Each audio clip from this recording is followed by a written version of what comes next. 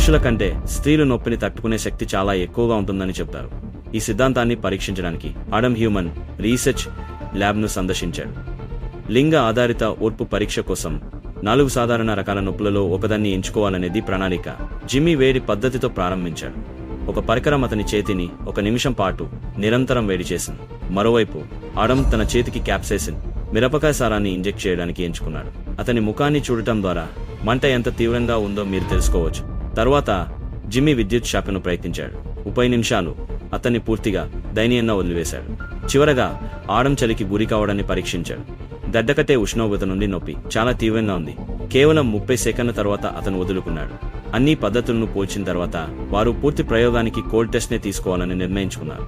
ఇది శరీరానికి అతి తక్కువ దీర్ఘకాలిక హాని కలిగిస్తుంది కాబట్టి వారు ఈ ప్రయోగం కోసం 25 మంది పురుషులు మరియు 25 మంది మహిళలను నియమించారు. ప్రతి పాల్గొనే వ్యక్తిని 3 నిమిషాల వరకు ఫ్రీజింగ్ టెస్ట్ను భరించమని కోరారు.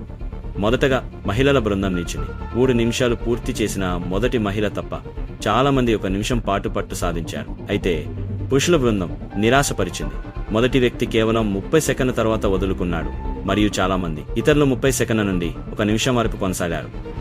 ఒక పురుషుడు పూర్తి 3 నిమిషాలకు చేరుకున్నాడు. చివరికి ఫలితాలు స్పష్టంగా ఉన్నాయి. మహిళల సగటు సమయం 4 సెకన్లు, పురుషుల సగటున 84, 3 సెకన్లు మాత్రమే పట్టింది. దాని గురించి ఎటువంటి సందేహం లేదు. పురుషుల కంటే మహిళలకు నొప్పిని తట్టుకునే శక్తి ఎక్కువగా ఉంటుంది.